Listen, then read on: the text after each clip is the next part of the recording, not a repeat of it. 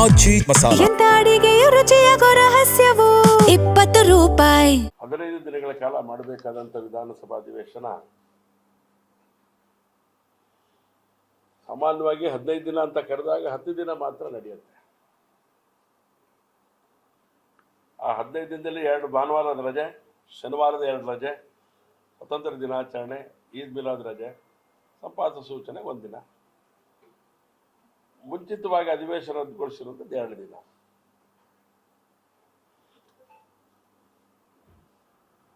ಆ 15 ದಿನಗಳ ಒಟ್ಟು ಅಧಿವೇಶನದ ದಿನಾಂಕ ಆದರೆ ನಡೆದಿದ್ದು ಈ ಬಾರಿ 7 ದಿನಗಳು ಮಾತ್ರ. ಒಂದು ವಿಚಿತ್ರವಾದಂತಹ ಸನ್ನಿವೇಶದೊಳಗಡೆ ಈ ಬಾರಿ ಅಧಿವೇಶನ ನಡೀತು. ಬಹಳ ನೋವಿನ ಸಂಗತಿ ನಮಗೆ. ಯಾವ ಸರ್ಕಾರ ಡಿ.ಕೆ. ಶಿವಕುಮಾರ್ ಅವರ ನೇತೃತ್ವದಲ್ಲಿ ಅಸ್ತಿತ್ವಕ್ಕೆ ಬಂದ ತಕ್ಷಣ ಅವರು ಒಂದು ಮಾತನ್ನು ಉಲ್ಲೇಖ ಮಾಡಿದ್ರು. ರಾಜ್ಯದಲ್ಲಿ ಭ್ರಷ್ಟಾಚಾರ ಮುಕ್ತ ಸರ್ಕಾರವನ್ನು ನಾನು ಕೊಡ್ತೇನೆ ಅನ್ನೋಂಥ ಮಾತಲ್ಲ, ಸಂಪೂರ್ಣವಾಗಿ ಅದಕ್ಕೆ ವ್ಯತಿರಿಕ್ತವಾಗಿ ನಡ್ಕೊಂಡಂತ ಒಂದು ವಿಧಾನಸಭಾ ಅಧಿವೇಶನ ಇದೆ. 187 ಕೋಟಿ ಹಗರಣ, ವಾಲ್ಮೀಕಿ ಹಗರಣ. ಆ ಹಗರಣ ಮಾಡಿದಂತ ರೂವಾರಿ ನಾಗೇಂದ್ರ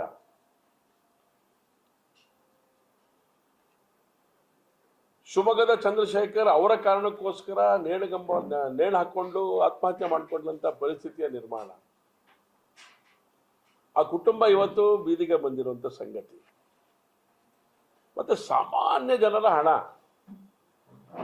ಈ ಹಂತಕ್ಕೆ ಕೇವಲ 6 ದಿನಗಳಲ್ಲಿ ಮಾರ್ಚಲ್ಲೇ 4 ಬಾರಿ 4 ಅಕೌಂಟ್ಗಳಿಗೆ 25 ಕೋಟಿ 25 ಕೋಟಿ 50 ಕೋಟಿ ಈ ತರ ಜಮಾ ಆಗಿರುವಂತ ಪರಿಸ್ಥಿತಿಯನ್ನು ನಾವು ಹೇಳಿದ ಮೇಲೂ ಕೂಡ ಈ ಹಿಂದೆ ಅವರು ರಾಜೀನಾಮೆ ತಗೊಂಡಿದ್ರು. ಆದ್ರೆ ಅದೇ ಒಬ್ಬ ಭ್ರಷ್ಟ ಮಂತ್ರಿಗೆ ಇವತ್ತು ಕನಕಾಭಿಷೇಕ ಮಾಡಿರುವಂಥದ್ದು, ಇದನ್ನ ಪ್ರಶ್ನೆ ಮಾಡುವಂತ ಒಂದು ಪರಿಸ್ಥಿತಿ ನಿರ್ಮಾಣ ಆದಂತ ಕಾರಣ ಕಾಂಗ್ರೆಸ್ ಏನ್ ಹೇಳುತ್ತೆ ಹಾಗೆ ನಡೆಯೋದಿಲ್ಲ ಅನ್ನೋದಕ್ಕೆ ಮೊನ್ನೆ ನಡೆದಂತ ಅಧಿವೇಶನನೇ ಸಾಕ್ಷಿ. ಭ್ರಷ್ಟಾಚಾರ ನಿಲ್ಲಿಸ್ತೀವಿ ಅಂತ ಹೇಳಿದ್ರೆ ಭ್ರಷ್ಟಾಚಾರಿಗಳನ್ನೇ ನೀವು ಮಂತ್ರಿಗಳನ್ನು ಮಾಡಿದ್ರೆ ನಿಲ್ಸಕ್ಕೆ ಹೇಗೆ ಸಾಧ್ಯ ನೀವು ಅಂತ. ಅಂದ್ರೆ ಕಳ್ಳನ ಕೈಗೆ ಬೀಗದ ಕೀ ಕೊಟ್ರೆ ಹೇಗಾಗತ್ತೆ ಪರಿಸ್ಥಿತಿ? ಆ ಸ್ಥಿತಿ ಇವತ್ತು ನಿರ್ಮಾಣ ಮಾಡಿಕೊಂಡಿದೆ. ನಿಜವಾಗ್ಲೂ ನಾಗರಿಕರ ಹಣ ಇವತ್ತು ವ್ಯರ್ಥ ಆಗೋ ರೀತಿಯೊಳಗಡೆ ನೋಡ್ಕೊಳ್ತಾ ಇದೆ ಅಂತ ಹೇಳಿದ್ರೆ ಇದೊಂದು ನೋವಿನ ಸಂಗತಿ ಅನ್ನೋ ಮಾತನ್ನು ಇವತ್ತು ಉಲ್ಲೇಖ ಮಾಡ್ಲಿಕ್ಕೆ ಇಷ್ಟಪಡ್ತೇನೆ. ಎಂತೆಂಥ ಸಮಸ್ಯೆಗಳಿತ್ತು ಅಂತ ಚರ್ಚೆ ಮಾಡ್ಲಿಕ್ಕೆ ನಮಗೆ ಬರ ನಾವು ತಂಡಗಳ ರಚನೆ ಮಾಡಿಕೊಂಡು ಈ ರಾಜ್ಯದಾದ್ಯಂತ ಪ್ರವಾಸವನ್ನು ಮಾಡಬಂದಂತವ್ರು ನಾವು. ರಾಜ್ಯ ಸರ್ಕಾರದ ಮಂತ್ರಿಗಳು ಕೂಡ ಓಡಾಟವನ್ನು ಮಾಡಿದ್ರು. ಆದರೆ ಒಬ್ಬ ನಾಗೇಂದ್ರನಿಗೋಸ್ಕರ ಇಡೀ ಇಷ್ಟೊಂದು ಸರ್ಕಾರ ಪೂರ್ತಿ ಅವನ ಬೆನ್ನಿಗೆ ನಿಂತಿದ್ದಿದೆಯಲ್ಲ,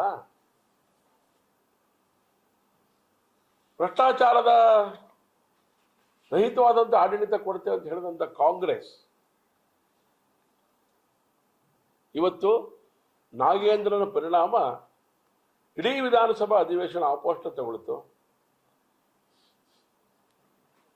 ಒಬ್ಬ ವ್ಯಕ್ತಿಗೆ ಇಡೀ ಅಧಿವೇಶನ ಕೊಡುತ್ತೆ ಅಂತ ಹೇಳಿದ್ರೆ ಕಾಂಗ್ರೆಸ್ಸಿನ ನೀತಿ ಏನು? ಇದನ್ನು ಗಂಭೀರವಾಗಿ ಜನ ಯೋಚನೆ ಮಾಡುವಂತ ಪರಿಸ್ಥಿತಿಗೆ ಇವತ್ತು ಅಧಿವೇಶನ ಧೂಕಿದೆ ಅಂತೇಳಿ ನಾನು ಭಾವಿಸ್ತೇನೆ. ಕೆಪಿಎಸ್ಸಿ ಹಗರಣ, ಬಿಡದಿ ಟೌನ್ಶಿಪ್, ವಾಲ್ಮೀಕಿ ಹಗರಣಗಳಿಗೆ ಸಂಬಂಧಿಸಿದಂತೆ ಅನೇಕ ಸಂಗತಿ ಚರ್ಚೆ ಮಾಡಬೇಕು. ಕೆಪಿಎಸ್ಸಿ ಹಗರಣ, ವಿದ್ಯಾರ್ಥಿಗಳು ರಸ್ತೆಗಿಳಿದು ಹೋರಾಟಗಳನ್ನು ಮಾಡ್ತಾ ಇದ್ದಾರೆ. ಅದ್ರ ಬಗ್ಗೆ ಚರ್ಚೆ ಆಗಲಿಲ್ಲ. ಜ್ವಲಂತ ಬರದ ಬಗ್ಗೆ ಚರ್ಚೆ ಆಗಲಿಲ್ಲ. ಇದು ಯಾವುದು ಬೇಡವಾದಂತ ಸರ್ಕಾರ ಯಾಕಿರಬೇಕು? ಒಬ್ಬ ನಾಗೇಂದ್ರನಿಗೋಸ್ಕರ ಇಡೀ ಮಂತ್ರಿ ಮಂಡಲ ಅಂತ ಆದ್ರೆ ಇದನ್ನ ಸರ್ಕಾರ ಅಂತ ಕರಿಬೇಕ? ನಾವು ಹೋರಾಟವನ್ನು ಮಾಡಿದ್ದೇವೆ. ಒಂದು ಯಶಸ್ಸು ಅಂತ ಹೇಳಿದ್ರೆ 2 ದಿನ ಮುಂಚೆ ಅವ್ರು ಮುಗಿಸಿದ್ದಷ್ಟೇ. ಹೋರಾಟದ ಪರಿಣಾಮ 2 ದಿನ ಮುಂಚಿತವಾಗಿ ಬಾಲ್ ಹಾಕಿದ್ರು ಅಧಿವೇಶನವನ್ನು. ಇದೊಂದು ನಾಚಿಕೆಗೇಡಿನ ಸಂಗತಿ ಅಂತ ನಾನು ಭಾವಿಸ್ತೇನೆ. ಇಷ್ಟರ ಮಧ್ಯೆ ಬಿಲ್ಗಳು ಪಾಸ್ ಮಾಡಿಕೊಂಡ್ರು. ಇಷ್ಟರ ಮಧ್ಯೆ ಬಿಲ್ಗಳನ್ನ ಪಾಸ್ ಮಾಡಿಕೊಂಡ್ರು. ನಡೆಯುತ್ತೆ, ಮಾಡಿಕೊಳ್ಳಿ. ಪ್ರಶ್ನೋತ್ತರಗಳಿಗೆ ಉತ್ತರ ಕೊಡುವಂತ ಕೆಲಸಗಳನ್ನ ಮಾಡಿದ್ರು. ಆದ್ರೆ ಚರ್ಚೆಗೆ ಅವಕಾಶ ಕೊಡಬೇಕು, ರಾಜೀನಾಮೆ ತಗೊಂಡು ಚರ್ಚೆಗೆ ಅವಕಾಶ ಕೊಡಿ ಅಂತ ಹೇಳಿದ್ರೆ ಇದನ್ನ ಸರ್ಕಾರ ಮಾಡಲಿಲ್ಲ. ಹಾಗಾಗಿ ಅದಕ್ಕೆ ಹೇಳಿದೆ, ಎಷ್ಟು ಭ್ರಷ್ಟಾಚಾರದ ವ್ಯಾಪ್ತಿ ಮಿತಿ ಮೀರಿತ್ತು ಅನ್ನೋದಕ್ಕೆ ಇದಕ್ಕಿಂತ ದೊಡ್ಡ ಕೈಗನ್ನಡಿ ಇನ್ನೊಂದು ಬೇಡ ಅಂತ ನಾನಂತೂ ಭಾವಿಸ್ತೇನೆ. ಅನೇಕರು ಚರ್ಚೆ ಮಾಡ್ತಾ ಇದ್ರಲ್ಲಿ, ಕಾಂಗ್ರೆಸ್ಸಿನ ಮಿತ್ರರು ಕೆಲವರೆಲ್ಲ ಮಾತಾಡ್ತಾ ಇದ್ರು. ಅವ್ರಿಗೆ ಖಾತ್ರಿ ತಗೊಳ್ಳ ಬಿಡೋಣ, ರಾಜೀನಾಮೆ ಕೊಡಲ್ಲ ಬಿಡೋಣ ಅಂತ. ಯಾಕೆಂದ್ರೆ ಯಾರಿಗೆ ಏನ್ ಸಲ್ಲಬೇಕು ಸಲ್ಲಿದೆ ಅಂತೇಳಿ ನಾವ್ ಹೇಳಲಿಲ್ಲ. ಅದನ್ನ ಕೇಂದ್ರಕ್ಕೆ ಏನ್ ತಲುಪಬೇಕು ತಲುಪಿಬಿಟ್ಟಿದೆ. ಅವನು ಪಟ್ಟಿ ಮಾಡಿ ಇಟ್ಕೊಂಡಿದ್ದಾನೆ. ಅವನು ತೆಗೆದ್ರೆ ಏನೇನಾಗತ್ತೆ ಅನ್ನೋ ಮಾತನ್ನ ಅಲ್ಲಿ ಹೇಳ್ತಾ ಇದ್ದ. ಈ ಹಂತದಲ್ಲಿ ಇವತ್ತು ಅಧಿವೇಶನ ಮುಕ್ತಾಯ ಆಗಿದೆ. ರಾಜ್ಯ ಸರ್ಕಾರ ಈ ಹಿಂದೆ ಭಾರತೀಯ ಜನತಾ ಪಾರ್ಟಿ ಸರ್ಕಾರ ಮಾಡಿದಂತ ಯೋಜನೆಗಳ ಹಣವನ್ನ ರದ್ದುಪಡಿಸಿದಂತ ಸರ್ಕಾರ ಇದು. ಹಾಗಾಗಿ 28ರಲ್ಲಿ ಭಾರತೀಯ ಜನತಾ ಪಾರ್ಟಿ ಸರ್ಕಾರ ಬರುತ್ತೆ, ಅಲ್ಲಿ ಎಲ್ಲ ಕಾರ್ಯಗಳನ್ನು ಮಾಡೇ ಮಾಡಿ. ನಾನು ಮೂಲಭೂತವಾದ ಒಂದು ಪ್ರಶ್ನೆ ಕೇಳ್ತೇನೆ, ಅಧಿವೇಶನ ನಡೀತಾ ಇಲ್ಲ? ಆ ಮಂತ್ರಿಗಳಿಗೆ ಕೇಳ್ತೇನೆ, ಅಧಿವೇಶನ ನಡೀತಾ ಇಲ್ಲ?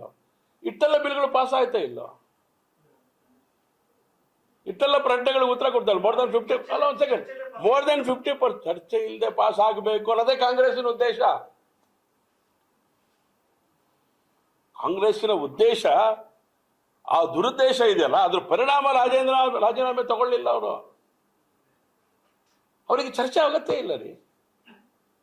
ಚರ್ಚೆ ಮಾಡ್ಲಿಕ್ಕೆ ಕೂತ್ರೆ ಬರ ಅಧ್ಯಯನ ಸಮಿತಿ ಕೊಟ್ಟಿರೋಂಥ ರಿಪೋರ್ಟ್ ಇದೆಯಲ್ಲ, ಅದಕ್ಕೆ ಹಣ ಬಿಡುಗಡೆ ಮಾಡೋಕ್ಕಾಗಲ್ಲ ಇವ್ರ ಯೋಗ್ಯತೆಗೆ.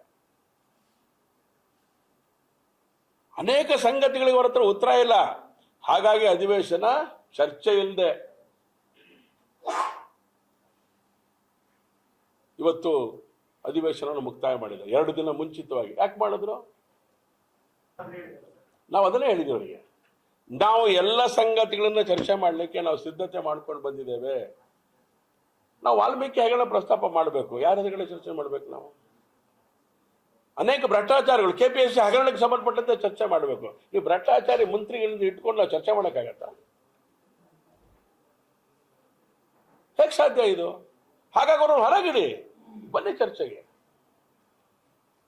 ಏನೂ ಮಾಡದೇ ಇರುವಂತ ಅಮಾಯಕನ ಕೇಂದ್ರದೊಳಗಡೆ ರಾಜೀನಾಮೆ ತಗೊಳ್ತಿದ್ದಾನೆ ಸರ್ಕಾರ. ಮಾಡಬಾರದು ಮಾಡಿರೋ ಬಗ್ಗೆ ನಾವು ಕೇಳ್ತಾ ಇದ್ದೀವಿ. ಅವ್ರು ಏನ್ ಬೇಕಾದ್ರೆ ಅನ್ಕೊಳ್ಳಿ, ಅವ್ರು ಪ್ಯಾರಲಲ್ಲಿ ಅಂತನೋ ಅನ್ಕೊಳ್ಳಿ, ನೈತಿಕತೆ ಇದೆಯಾ ಅವರಿಗೆ, ಅವರ ರಾಷ್ಟ್ರೀಯ ನಾಯಕರಿಗೆ ಅಥವಾ ಇಲ್ಲಿನ ಕಾಂಗ್ರೆಸ್ಸಿನ ರಾಜ್ಯದ ನಾಯಕರುಗಳಿಗೆ? ಅಲ್ಲಿ ಕೇಳಿದವ್ರು ನೀವು, ಇಲ್ಲಿ ಹೇಗೆ ನಡ್ಕೊಳ್ತಿದ್ದೀರಿ? ಅಲ್ಲಿ ಯಾರ ಬಗ್ಗೆ ಕೇಳಿದ್ರಿ? ಅವರ ಇಷ್ಟು ವರ್ಷಗಳ ಇತಿಹಾಸಗಳು ಬೆಳೆದು ಬಂದ ದಾರಿಯನ್ನು ಗಮನದಲ್ಲಿ ಇಟ್ಕೊಂಡ್ರೆ ಒಂದೇ ₹1 ಹಗರಣ ಮಾಡಿದ್ರ ಅವ್ರು ರಾಜೀನಾಮೆ ತಗೊಂಡ್ರು. ಅಲ್ಲಿ ವಿದ್ಯಾರ್ಥಿಗಳ ಮೇಲೆ ಇದು ಅವ್ರು ಸತ್ತೋದ್ರು ಎಲ್ಲ ಹೇಳಿದ್ರು. ಇಲ್ಲ, ಅವ್ರು ಸತ್ತಿಲ್ಲೇನು?